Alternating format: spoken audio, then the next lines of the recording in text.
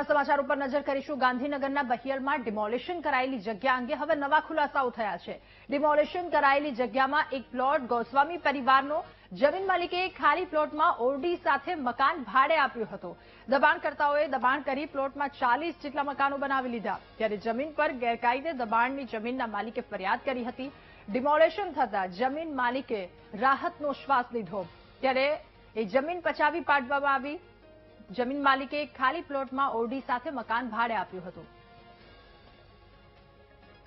હા, દબાણ દૂર કરી આવી રહ્યા છે, જે સરકારનું સારું પગલું છે, પણ હજી અમને હજી ભય જેવી સ્થિતિ લાગે છે। હજી અમારા આ વિસ્તારમાં કમ્પ્લીટ છે, બીજા વિસ્તાર હજી અમે જોવા જશો તો જે ઇન્દિરાનગર છે, એમની વસ્તી હજી ફૂલ વધારે છે, ત્યાં પ્રોટેક્શન અમને મળી રહે છે, પોલીસનું સારું પ્રોટેક્શન મળ્યું છે, પણ એ બાજુ વિસ્તારમાં હજી પણ જે ગ્રામ્ય લેવલે દબાણનું આવ્યું છે જે આવ્યું નથી। આ જિલ્લા લેવલનું આવ્યું છે, એ ગ્રામ્ય લેવલનું બાકી છે, તો જલ્દ સે જલ્દ એ ગ્રામ્ય લેવલનું પણ આવે અને કાર્યવાહી લે તો જ આ પગલામાં આગળ વધીશું।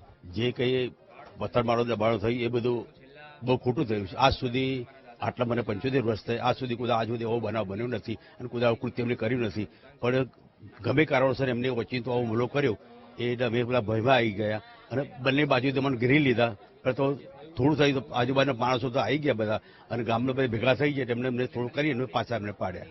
પછી જે અમારી દુકાનો બારી મળી હિન્દુની 2 દુકાન લૂંટી ગઈ, 2 બારી મૂકી, એ ઘણું જ ખરાબ કર્યું। છેલ્લા 85 વર્ષથી હું ને મારો પરિવાર અહીંયા રહે છે।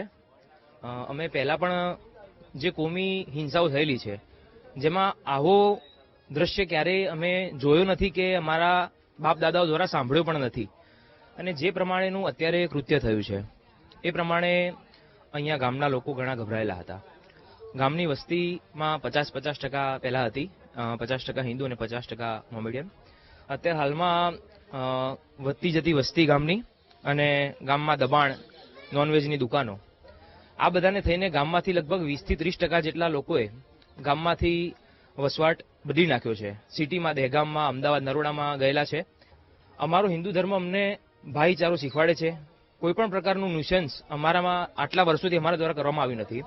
2002ની ધમાલમાં પણ આટલો હિંસક હુમલો થયો નથી ગામમાં। પટેલ સમાજની દુકાનો સાથે મારું સોના ચાંદીનું જ્વેલર્સ છે બહિયલમાં, અને એ દુકાનના સીસીટીવી ફૂટેજને પણ પથ્થરમારો કરીને તોડી નાખવામાં આવ્યા છે। શટર પર પથ્થરમારો કરી તેના પર કોસના ઘા મારી તેમાં કાણા પાડવામાં આવ્યા છે। તો દુકાન પર આજ મારી જે પથ્થરમારો કર્યો, જો શટર તૂટ્યું હોત તો મારા સોના ચાંદીના જે રકમો પડી છે એ રકમનું જવાબદાર કોણ હોત?